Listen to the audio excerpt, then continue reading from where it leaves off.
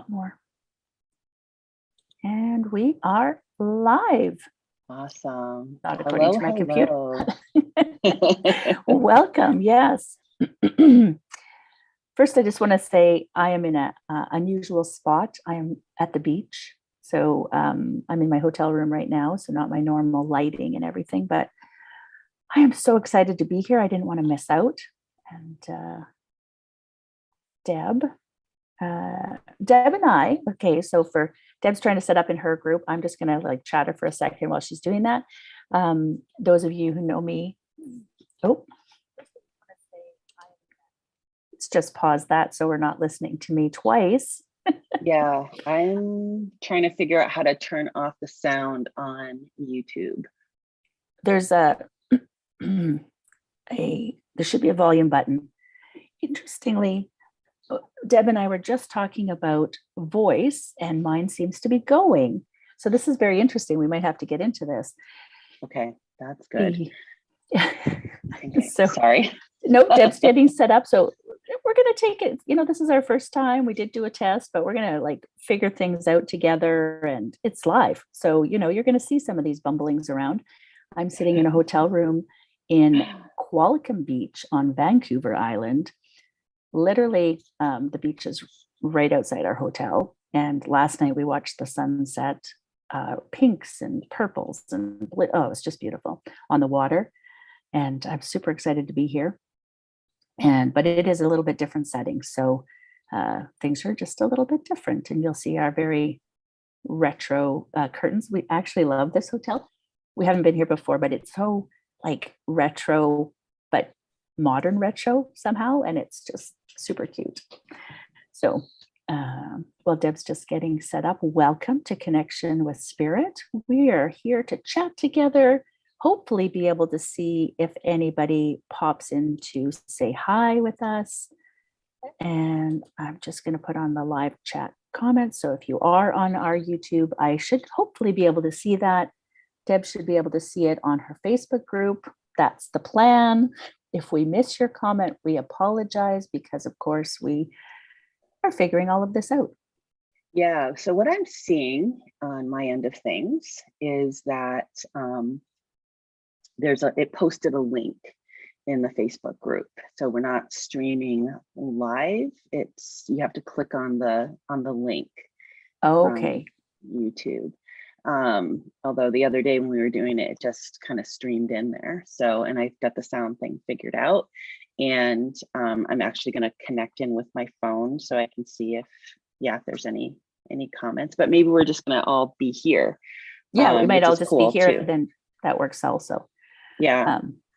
So every day's an adventure. And it's about just rolling with it because, we're figuring it all out. So yes, we are. So I'm just trying to find on here where groups, and then Facebook always changes. They used to have that great little like button at the bottom of your phone, like to get to your groups really fast. And now I don't see that anymore. So it seems like every time you get used to something, they go, no, we need to mix it up a little bit. So yeah, that's what they get that we like the same thing all the time. We're not good with change. We work with patterns. That's right. Okay. Well, yeah. So what I'm seeing here is that it is a link to YouTube. So hopefully everybody finds us. Oh, look, we have Jen from the UK. Hi, April's here. Awesome. So that's awesome. So yes, thank you. Let me just see if I can see. Oh, hi from Austin, Alice. Kristen. Hi, Kristen. Hey, you too. Alice. I'm texting from the YouTube app after jumping from Facebook. Okay, so it did come over to YouTube. Good to know. Thank you for letting us know that, so Alice. Maybe I'll find us on YouTube. That's really awesome to get that kind of feedback. That really helps out a lot. Takes a village. That's right. Absolutely. So you're go ahead, Deb. You're at the beach enjoying the sunset. I was able to hear that while I was like, connecting in and everything, but it's like, I can't answer you back. So I appreciate you sharing that. Yeah. So I was, where I'm back in the desert from the beach. So I spent the last, was it 6 or 8 weeks away out of Sedona. living in my old stomping grounds on the East Coast. So it was really awesome too. And I so appreciate the beach and the sunsets you get to see at the beach. It's Yes. And I'm on the West Coast right now on Vancouver Island. So completely out. I was on the East Coast in June for 10 days. And now over here on the West Coast, putting my feet in the other ocean. And but water is my happy place. So it's so important. And yes, Alice, learning together. Absolutely. Just looking at the comments here. And Alice as well. Welcome. Yes. What I love about this too, like this endeavor that we were doing a recording for an event that you had launched in. I think it was June. Transcendence, and we just started chatting. And it was like just meant to be like a 20-minute thing, and we're like going an hour and 20, and we're just in this really deep conversation, and we're like, maybe we should like do something about this, because we both like we get into this space and like these nuggets just come through, and it's I think it's just so rich and nice to be able to share this. So it's great. And every time we get together, we have these amazing conversations. So we thought, you know what, we're going to share some of these amazing conversations, and hopefully they happen in the same way. Space. But I do want to actually just jump right in, because first of all, my train of thought will go quickly, right? But if anybody knows me, but just when we were just setting up and coming in, and we were talking about voice, and I had just done a recording for Alexis Cohen. She's got hers in September, and all about finding your voice. And Deb had done some work on the weekend about finding your voice. So I just wanted to ask you a little bit about that. We're talking about Deb. Sorry, just connecting so I can see that. And so I did hear you wanted to ask me about voice. Yeah. So what were your thoughts about like what came to you this weekend about us finding our voice? And actually, like it goes like a little beyond that, because I'm always, I'm at my mesa. So this is a Pachacuti Mesa.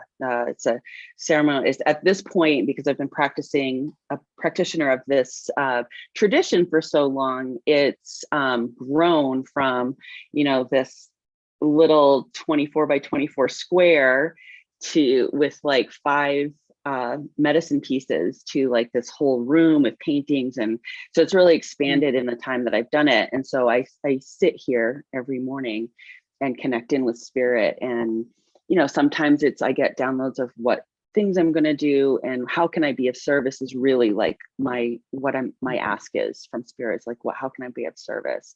And so what's been coming through for me is voice. And so I did a podcast with Stacey Maney a couple weeks ago. Awesome. Thank you. Yeah. And we were talking about healing and all kinds of stuff. And she's working on her voice. And so I was kind of guided to launch a program called, Voice. And so, it's just in the field. And so what I'm getting is that we're really blocked here as women. And when you look at our culture and you look at the divine feminine and the awakening of that, and it's not just divine feminine that's waking up, right? It's the masculine too. We have both energies within us. Yeah. And it's the marriage of the two. When the two, what was coming up for me in the last week when I'm out hiking, or when the two become one. When the two become one, you'll say, move, mountain, move, and the mountain moves, right? So that's where power resides, is in the unity, right? And one of my missions in the world is creating unity. And we can't create unity outside of ourselves without creating unity within ourselves. And so, that's kind of the trajectory, I think. It's so interesting that you say that, because like I just started my awakening program, right? It's Awakening the Feminine Divine, because I think we definitely need that balance, but the masculine energy has been so out of balance, which then in turn, the feminine energy has been so out of balance, that as we start to awaken the feminine, we can start to bring that balance, right? Because I feel that we've just really put so much energy into living in this masculine energy world. that we have to bring that feminine back in to Yep. allow the balance. Yeah, I totally agree. And men have to do that too, because we're all, yes. I don't want to say it like this, but I'm going to say it like this. It's like, we're all victims of the patriarchy. Oh, you know, absolutely. Our victim is, well, it's up, in our culture, our victim's high, and these are all archetypal, they're all archetypal. And I do a lot of work with that. There's a shadow side to the archetype of the victim, and then there's the light side, and everything has a duality. The weekend that I just was on was all about bringing the polarities together into that unification, that center point, that balance point. And yes, we do have to, or get to, work on bringing that, empowering the divine feminine within us. And there's a point at which we're all on this journey at different points, right? So it gets to be yes and everywhere. It's like, yes, we work on this and we be with it. And Carolyn Mace talks about the process of healing from this like 4-pronged perspective. Like, first you have the revolution, right? We revolt against what's there, right? We get angry, we revolt. And then we have the involution. And that's our journey in, right? We get to come in and we get to work on what's out of balance, and we get to see these things that sometimes we don't like to see, right? And then we get narcissistic, and it's a healthy kind of narcissism, because we have to create boundaries somehow, because our boundaries have been loose or not at all, or I didn't even know I needed to have a boundary here because of like the lack of awareness of where my power gets to reside. Yes. Right, as a female, and it's like a cultural agreement or definition of what female means, right? And it's a role, it's a gender role we play out, and we're breaking that, but then once you break that, it's like, who am I as a woman? And so we got to dive into that divine feminine and all the goddesses, and bringing them back into our awareness. I was listening to Tom Kenyon this morning. Do you know who he is? He was talking about the goddesses and how just by us putting our focus on them and starting to develop a relationship with them, we give that life. We bring that into the living. And so, what you're working on is like super, super important, waking up that our consciousness in that pattern, so we can run our energy through that. Absolutely. And I, just when you were saying, about the men in our culture absolutely need this as well. I work with women, but also as we start to make changes in the women, they start to raise their boys differently, right? Because this patriarchal system has, we've chosen, and it's not a conscious choice, but to fit into the world, we've chosen to go along with it as women because that's what we've known. And so the energy patterns, we help feed them. And as women, if we can start to step out of that, it will also change our men. So I personally believe that it starts with us. We all need to do it, but it starts with us. And so as we start to change, the men in our life, our sons, our husbands, which I have neither of those, but you know what I mean, like societally. Yeah. Well, it's interesting that you say that, because I'm thinking about my mom. So like on my journey, my mom and dad live in Virginia, so I stopped in to see them. And in my family, and this is another, it's another thing that I see about the voice. My image of my grandmother is this: angry and not saying anything. When she got angry, she would just slam things, right? And she gets angry and that. And like, think about like, you're not allowed to say anything. That's energy that you're holding on to, right? It lets the energy out, right? It's not always like I gotta have something intelligent to say, but we're expressing something that's deep within us. And it's, it's cultural, yes, but like it started like way back,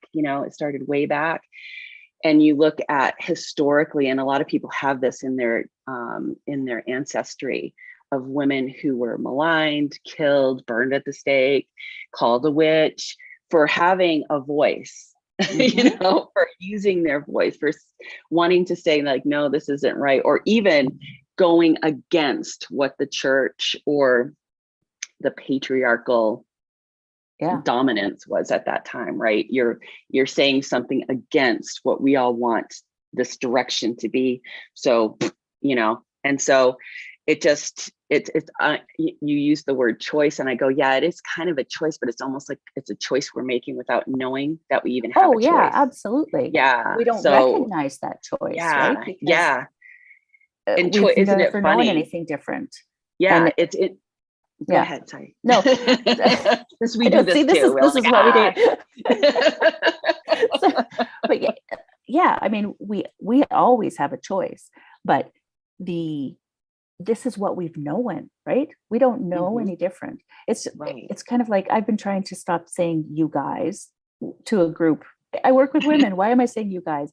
And to catch myself, and my assistant Alice, she'll jump in. Yeah, you did it again, and I'm like, I know, and I really want, but it's so ingrained, and it's so it has been so acceptable, and it's those sort of things that are so ingrained in us. I was having a conversation with my daughter, who was not raised in a traditional blue and pink chores type home. and she, when she got married, reverted directly to those pink chores because it's so ingrained in us, right? Like it's through the years. It's an energetic pattern. It's a template. It's called a morphic field. So in our culture, we have several of those. We have them within our family systems. It's an energy that we live into. We're born into it, and some of it is, my belief is we choose it as a soul because our soul is expanding. And so, some of our soul's mission is to learn it, and transform it. We're in a time of transformation right now. I believe everyone who's here right now is here for that. I think it's no mistake. And I think to say that like, no, I'm meant to just kind of, be over here and do this, get caught up in the mundane and life. Yeah, maybe that's true, but you're still transforming. You're still you're in active transformation, because what happens in the one happens in the all. Yes. And that's the principle of divine oneness. All is one, all is mind. That's just a universal law. Yeah. And when you talk about this time of transformation, I think that's a really important theme throughout all of the work that we're doing, because wow. And I mean, it's not like this decade or this this time is much more than that. And we've seen that, like, if you look back through the history of even, women's rights, let's just pick that one. And we feel like we're kind of in the same spot, but the transformation is shifting, but not as quickly as maybe our generation, because we can't get it all done in one generation, right? We've got hundreds and hundreds, maybe even thousands and thousands of years of one way. And as we start to shift things, and it's all energy. This is what I say to all my groups is like, I'm not talking about men and women, because we all need the balance, but it's the shift of the energies, that masculine energy that has created the patriarchy, that's created chauvinism and all of these things that are in place, so that the goddess has been almost feared, right? Because the goddess is too powerful, and that masculine is like, no, must squash it, must, extinguish the voice, must anything that looks remotely like they could take over power. We must get rid of that. Yeah. I think too, we also as women get to move through our anger, because there's a lot, and we're in our society too, anger is a bad thing, it's a wrong thing, but it's an energy. And it's a powerful energy, right? And if you look at it from the energy standpoint, right, anger is just one expression of of that energy. Passion is at the other end, right? Mm-hmm. And when you use that as fuel into your passion, and then you're in creativity, or you're creating, oh boy, that is, it's a beautiful marriage, passion with that thrust of anger. It's how I think when we call it anger, like the bad kind, it's the result, it's the aberrant expression of it, Mm-hmm. like when you're just holding on to what you want to say, right? And because if I say this, I'm going to be wrong, or if I say this, I'm going to be laughed at or smacked down or oppressed in some way, because now I am, thinking of Taming of the Shrew, that if I could have some, context, like a title for some parts of my life, I would be like that, because that's what it felt like. It's like someone's trying to tame me, Mm-hmm. and it does make you angry. But then we also end up losing touch with our own anger. We store it in our body, and it does become aberrant in our body too. It starts to grow things like tumors and, Yes. dysfunctional Our patterns. depressions, our Yeah. cancers, all of these things that are, because we take everything internally, and then Yes. it has to go somewhere because it's energy. And so then Yes. it starts to create negatively in our own body. Yeah. So And we're so like our bodies are woven into everything, right? We have this idea of separate that, our healthcare system reinforces that separate, because everything's mechanical. And yes, there is a mechanical aspect. Mm-hmm. There is, but it's not the whole thing.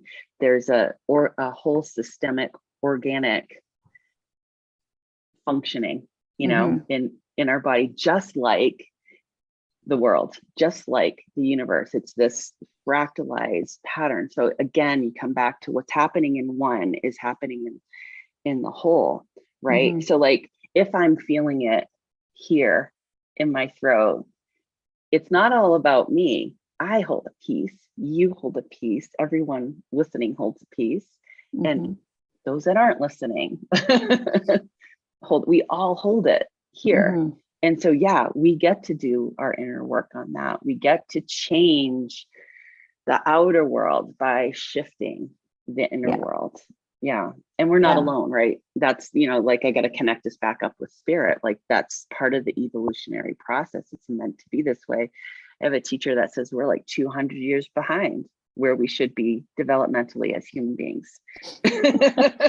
We're the slow kids. I really think we are because we like, it's like, and I don't have a belief system in that, the good, well, the hell versus heaven, that's not my belief system, but the negative energy, or the, I don't know how I want to say this, but we got sidetracked with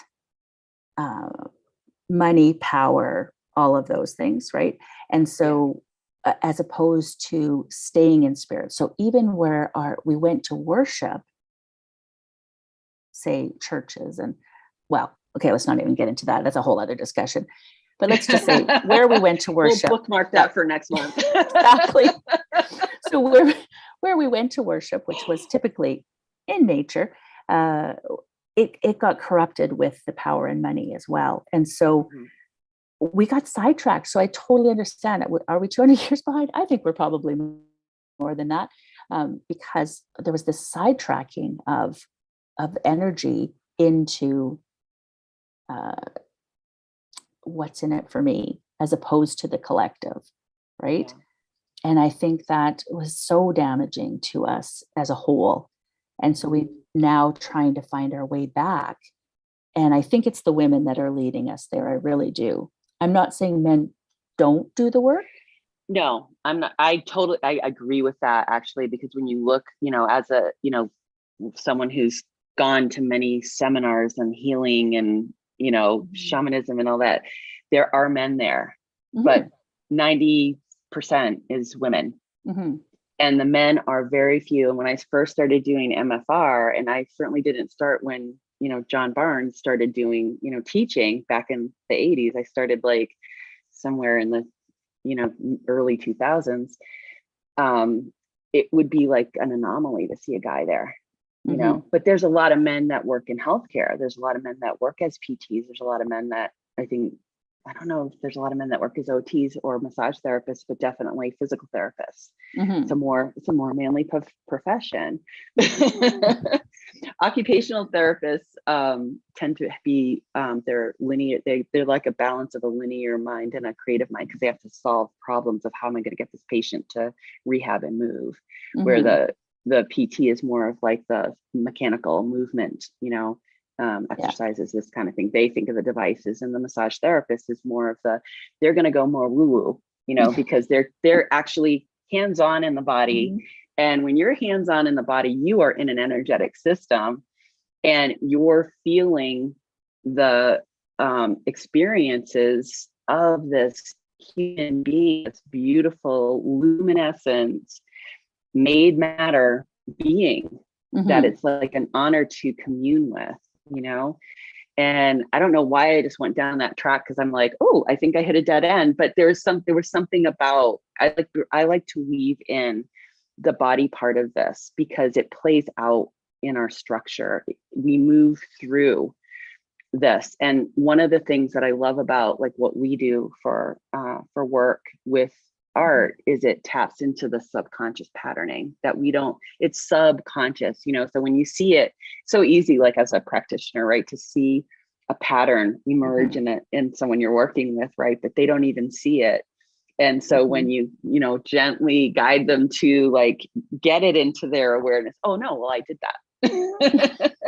Well, I did that. I know I did that. And it's that one, I call it the one and done mentality.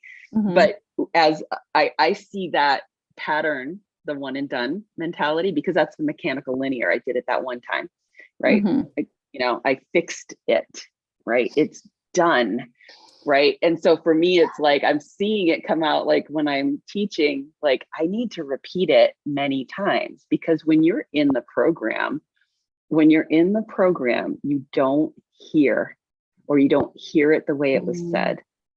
It just, and it's like, I know that as a student being in, that's why I repeated so many classes in MFR, because you hear something different. He doesn't say anything different. He says the same thing. And once I took enough of them, I would go, and I was teaching with him too. So I got to hear it like a lot more. I go, oh my God, like this man has patience of, I don't know what, like because he says the same thing over and over again. Everybody asks the same questions, and he acts as if he heard them for the very first time. And it's the most unique question he's ever heard. And he answers it from that perspective. And I go, oh, like as a teacher, I get to cultivate like, okay, I got to say this. I got to say this again. I got to say it again. I got to say it again. How many times do? And it doesn't matter. It's just, that's the message, right? That's the message. It's so true. I just wanted to, we have a comment here from Alice, and she said, it's interesting because I think a bunch about how we leap forward with our children, picking up the torch and handing it forward. And I thought that was a great comment. Yeah. And what you were just saying about just having to hear it over and over again. And as a student of life myself, I always joke about having to be hit upside the head with a 2x4 before I'll start to pay attention. And so like literally, Spirit and I have this little, this thing that we do that I'm like, okay, I'm listening. I do a little duck because I'm like, okay, I'm going to pay attention this time. But that's taken a lot of years. And even now I still, I do argue a few times. Arguing never works. I don't know why I still do it, but because we're human, we think we know. I also just want to bring us back for a second, because I know we go on these amazing tangents, but I want to go back to anger. And one of the things that I've really noticed about anger is this hierarchy we have of anger. So anger is an acceptable emotion in our society. But men can be angry at everything. Doesn't matter, right? Explosive anger. And it's like, okay, he's just a man. If a woman is angry, she can be angry at like children, pets, lesser things, maybe what's going on in the house. But if she got angry at a man per se, and this is like an overall generalization, not like a specific person, but, and then children are not to express anger, right? They can maybe be upset with their crayon broke, but like if they expressed anger towards a parent, or so there's this hierarchy of anger that I've noticed in society that I find absolutely fascinating. It's part of the masculine energy, right? And how we move through emotions, but also how our culture has allowed emotions to be expressed, right? There's only a few acceptable emotions. And like crying, for instance, like being sad, or, that's how many times did you hear, stop your crying? Stop your crying. I'll give you something to cry about. And that one used to those baffle me. Like, I'm already crying. I already have something to cry about.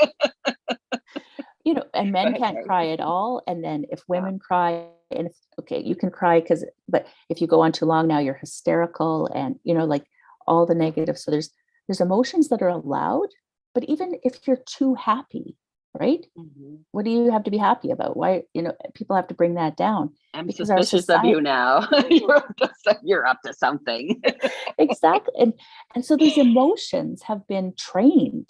And so learning how to feel our emotions, learning how to sit with an emotion is really difficult for us, because how do we sit with an emotion that we don't even understand? Right? And this is something I work with a lot in my classes is like allowing yourself to feel so that the emotion can pass through. And we just don't allow that space for ourselves because we've never learned it. Yeah. I mean, I can say for myself, like just, how much I resist my own emotions. And I've been doing this for a really long time. It's uncomfortable to feel those things that are coming from, either, patterning, that's there. For me, it's like, is this mine? Is this someone else's? But I'm holding it. So it's like letting go of the ownership of it, like going through the layers that you need to go of the story that we've been telling about it, and getting into neutral with it, which that is a practice as well. It's like, like when you say like, kind of shift, I try to shift into neutral, and I shift into neutral. I've gotten good at it because I've done a lot of work on it. But, when someone first introduced that concept to me, I'm like, what do you mean? It's heated. How do I shift in? Like, that's ridiculous. Telling me to shift into neutral right now. It's like, calm down. Right? Yeah. Like, oh my gosh. Down. So interesting. So like, you just reminded me of an experience I had. We were in New England, we were walking our dog, and this other guy with his son had two dogs, and he had his son holding one. And I think the son was holding the dog that was the most wild. He let go of it and it came charging toward us. And we have like a 7-month-old puppy at the time. And so my husband goes like right into like, he has his hiking cane, he's blind. So he takes that, and it's like now his like, his weapon, protection weapon. Yes, protection. And I just naturally went in like right behind him and got our puppy there. The guy's like saying, relax, he won't hurt you. We're seeing this dog with teeth baring coming at us, right? And so I cannot take that. Like, don't freaking tell me to relax. We're like being attacked by your dog. Your dog doesn't hurt, but we don't know that. We don't know you. We don't know your dog, right? So I had to go toe to toe to him. Not my proudest moment, but I realized through that experience, that's something I don't normally do. I don't normally confront when that, I usually just silently take it and move along and be peaceful.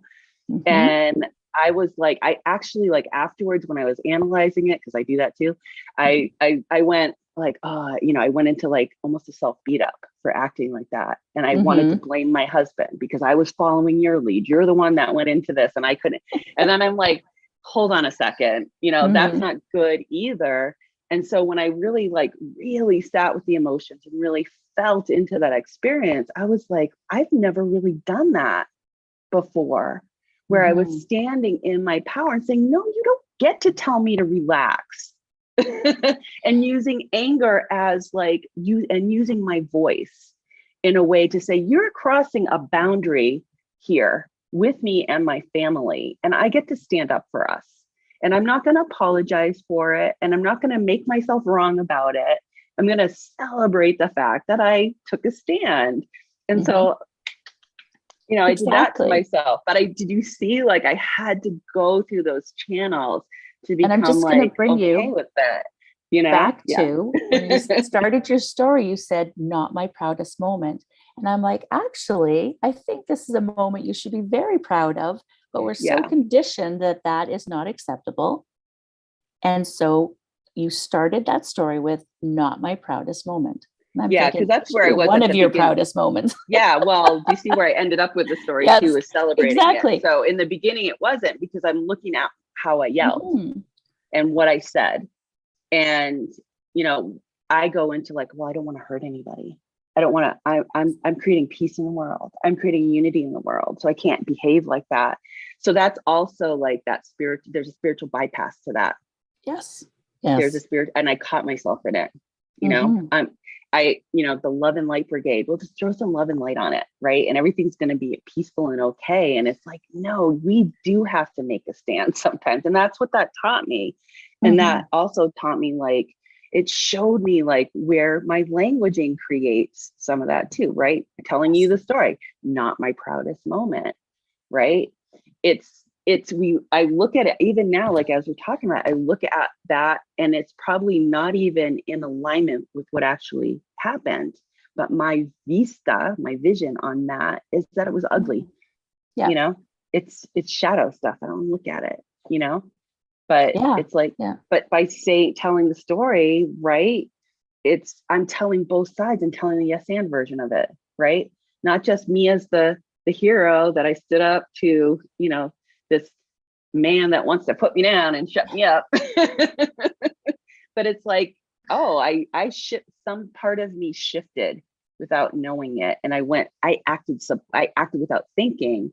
I acted subconsciously through a new pattern of being empowered as a woman.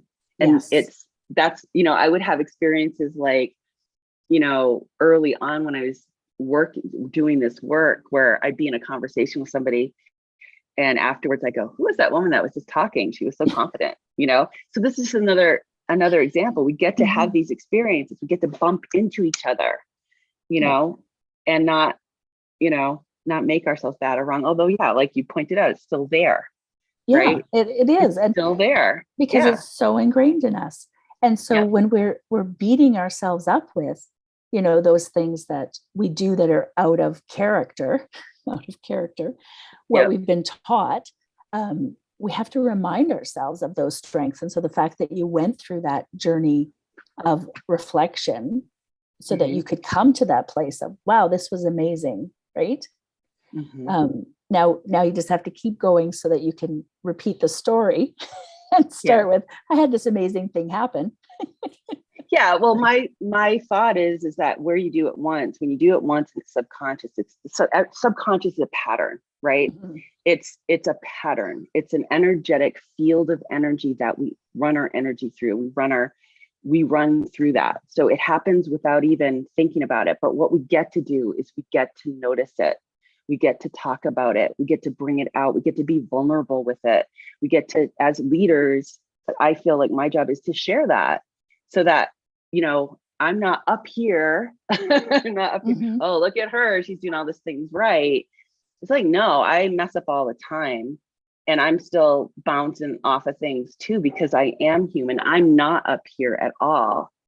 I'm doing my work, and you can do it too. Let me show you how, and let me show you how it works, because we have that perfectionist in there too, because we are right in that line of getting it wrong, because that's that patriarchal model too, that that holding back of the energy, right? So we're talking about anger. We're holding back the energy of anger and the right or wrong of that, right? You're a bad woman if you let all your anger out. And you're a good woman if you hold it in and die of cancer. Yeah. It's totally acceptable. What a nourishing, awesome, powerful woman she was. I just want to jump over excuse me. I just want to jump over to some of these comments here. Yeah. So Stephanie had said, I recently met a man who is part of a group called Mankind. It's a group of men who are working to embody the divine masculine and learn to be vulnerable with each other, which I think is brilliant, because absolutely we need the same happening. Isn't it awesome that, I just got this vision of like men working with men and women working with women. And then at some point they can come together. Yeah. And that's just what we were talking about in the beginning, right? Like you're working, bringing in that divine feminine, and I made the comment of, both have to happen, but we're not responsible for that. Yeah. Right. Only within ourselves, because I think of it again, I go back to the body because I'm my own as well. It's like, the right side, that's just how we look at it. The right side's masculine and the left side's feminine. And like, when you look at handedness, there's a woman that wrote a book on the power of the left hand and all of the cultural beliefs around the left hand and the divine feminine, and how like that, right hand dominant society kind of goes in with the patriarchy. And I used to ask all the time, like, why are we not using both of our hands? Like, why do we pick one? My son is ambidextrous, and my husband is too. And they're very sensitive men, so I think that's interesting. I'm fairly ambidextrous too, but like just when you were talking about the left hand, the right, and I was like, why was using your left hand so difficult? Like you couldn't do that in school, right? They would smack your hand, they would tie it behind your back, all of those things. And that's totally tied to that. Like I just had an aha moment about that, because it's so true, right? That's how strong the energies are, is that they'll literally do anything they can, including tying your hand behind your back so that you can't access that side as easily, right? Did you have that happen to you? Are you like, I'm ambidextrous, but I didn't have that, but it was a thing at the time when I was growing my up. grandfather, absolutely. My grandfather, who's left-handed, told that story of they literally tied his left hand behind his back. Yeah. And my dad also like got smacked. It was more about smacking in my age, but depending on the where you were raised. I've heard stories of nuns smacking your knuckles with a ruler because you're using the left hand. And I have a left-handed daughter and a left-handed granddaughter, and they they've never experienced that. But that's part of the shift that's been happening. But it just was like a light bulb moment for me right there.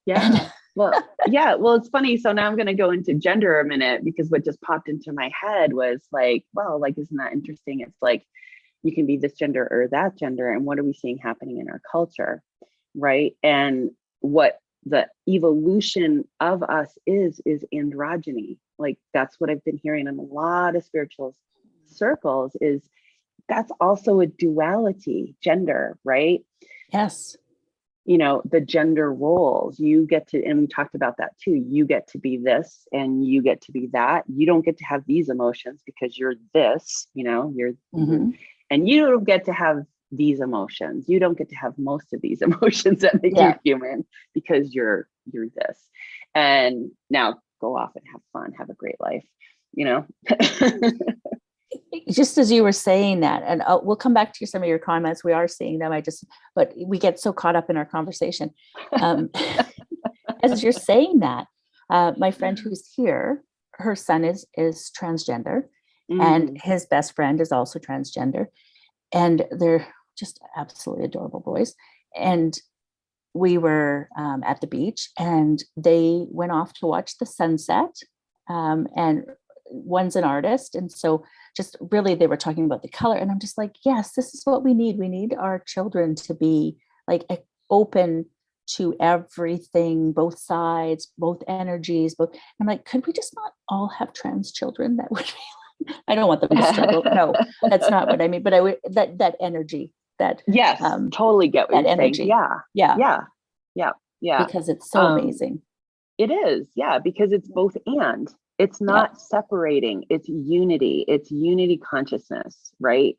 It's not looked at as it's we're so sexually oppressed as well, from this whole way of, the patriarchal handing down of this energy pattern. Women are sexual beings, but mothers are asexual, and it's like, well, it's when you look at like the church, and I'm not Catholic, I wasn't raised as in any religion, but I live in it, so yes. It's interesting to me to learn about. But like when you look at like Mother Mary, the Virgin Mary, and then you have Mary Magdalene, the whore. So it's like, oh, you get a choice. You can be the whore, right?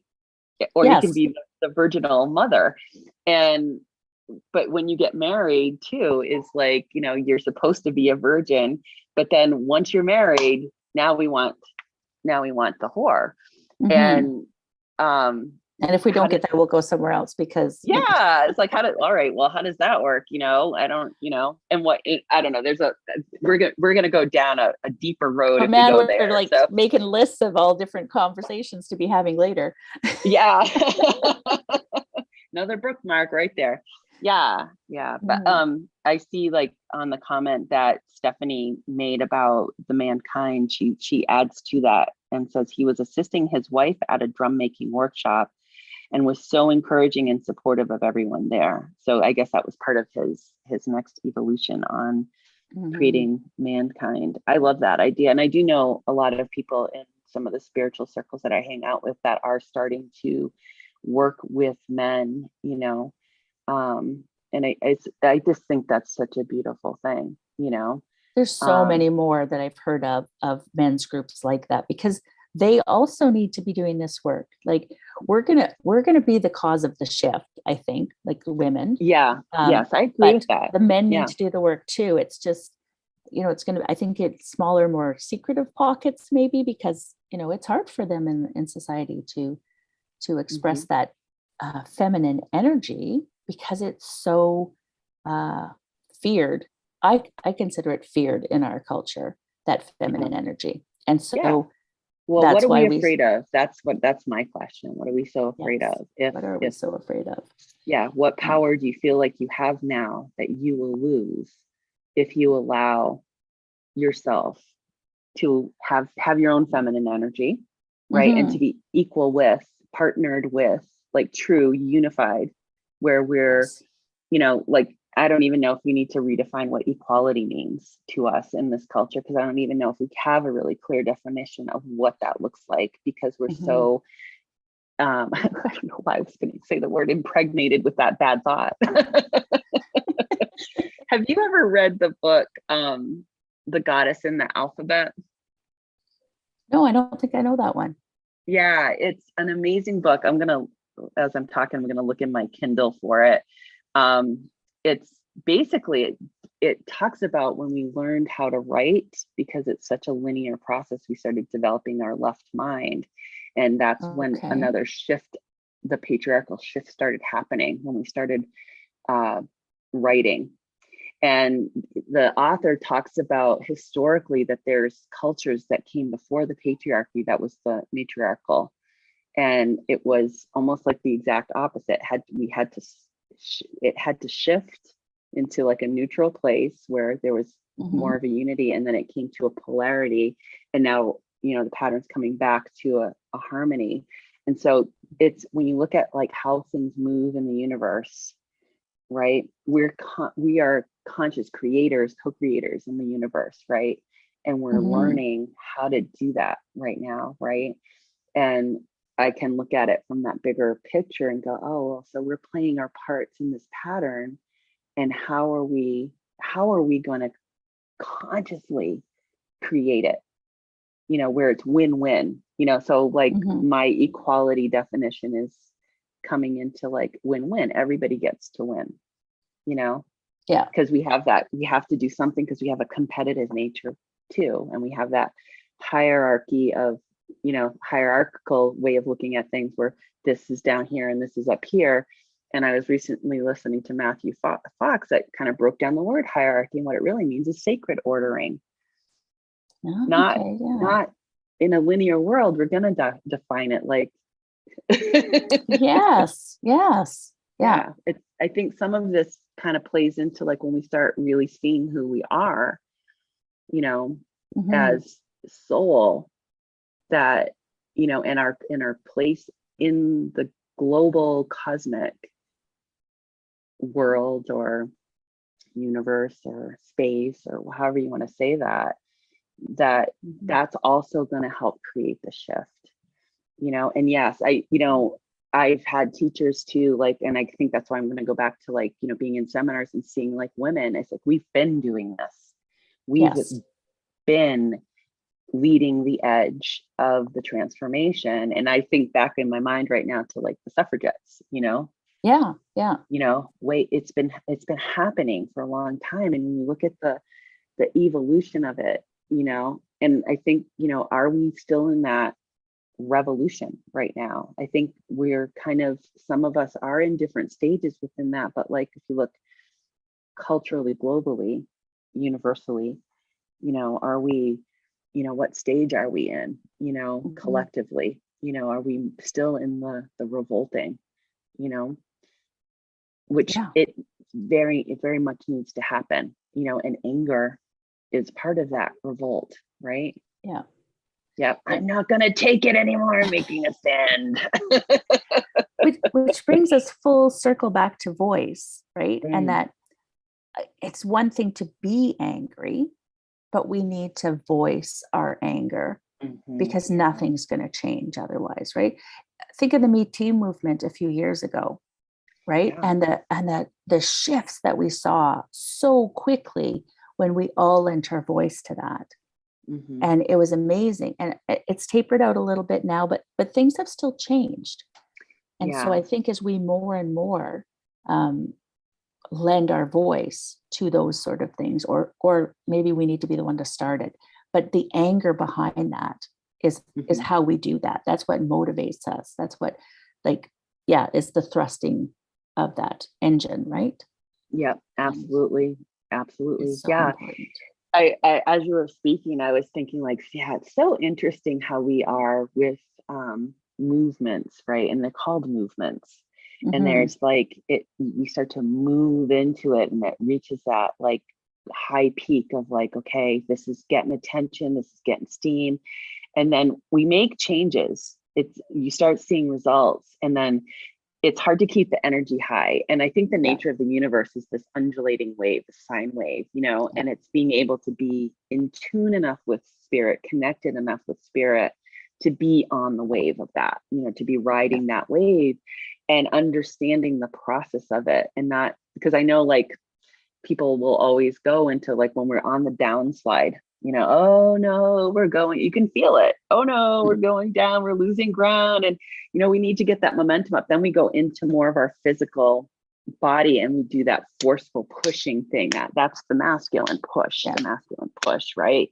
But I think that's where the feminine gets to be, on the downslope. We get to be gentle. We get to sink into the power of the rest, like think about birth, like you have, there's that time you got to push, you got to ride that wave of your body, right? And you got to push.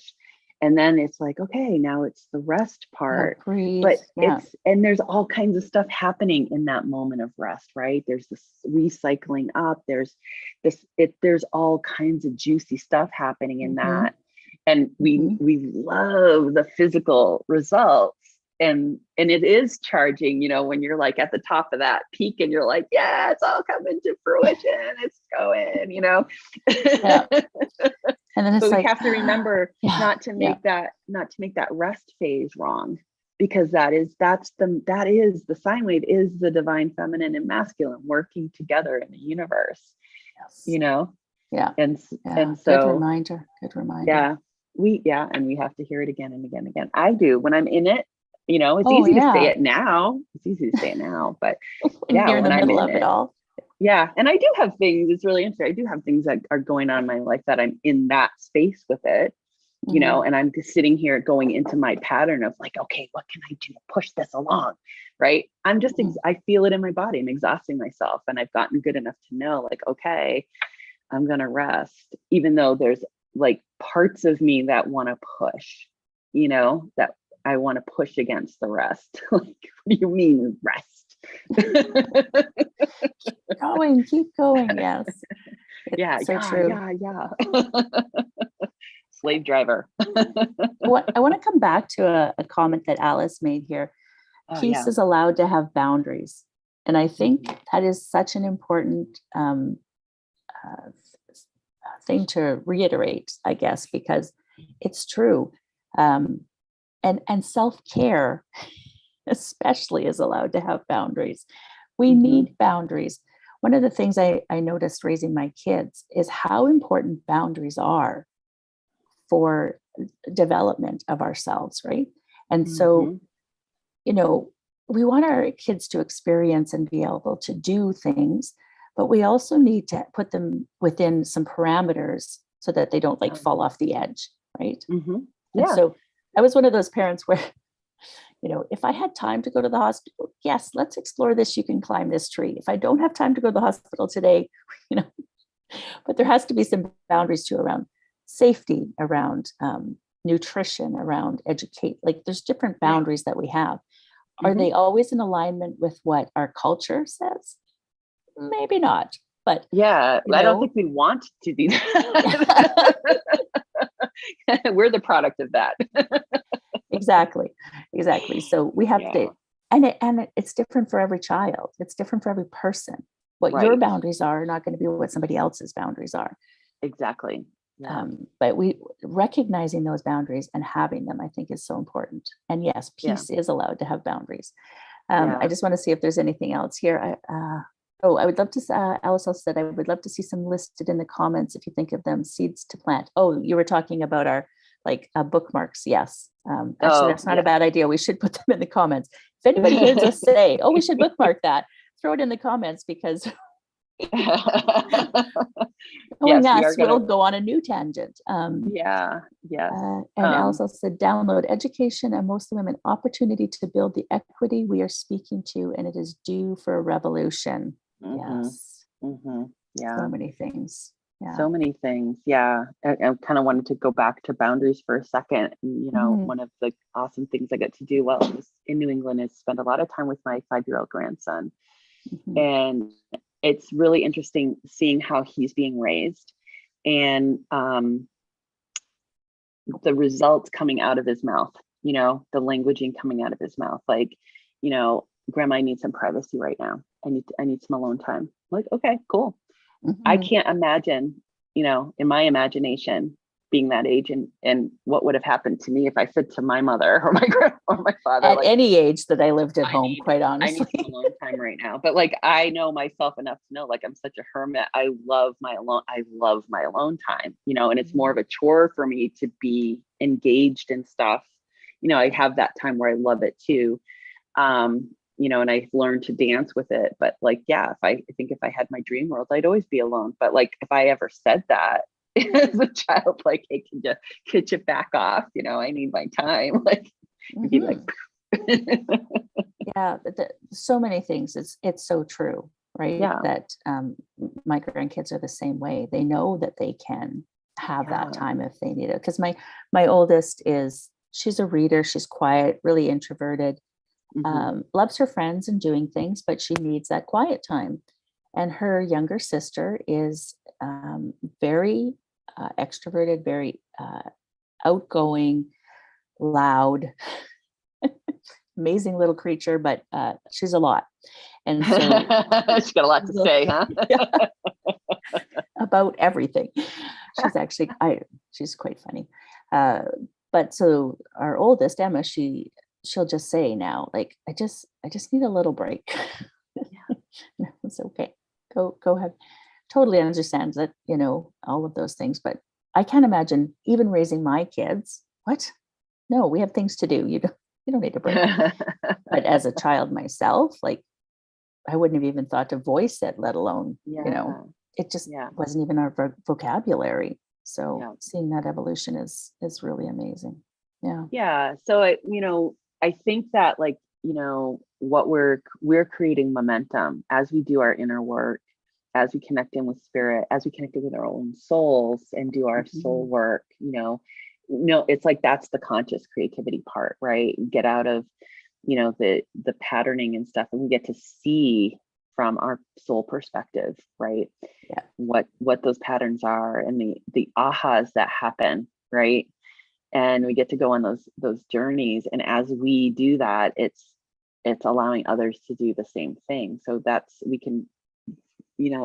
why I do the work that I do. It's like, reaching, the more people we reach, the more people that hear us speak of this, a light bulb may turn on. They may start going in, and more of that will continue, so we can expedite it that way by turning on many lights, Well, this is exactly why we're doing this, right? Like, exactly. we have these amazing conversations together. We could have kept it there, right? We could have kept it with, oh, we have some amazing conversations. Great.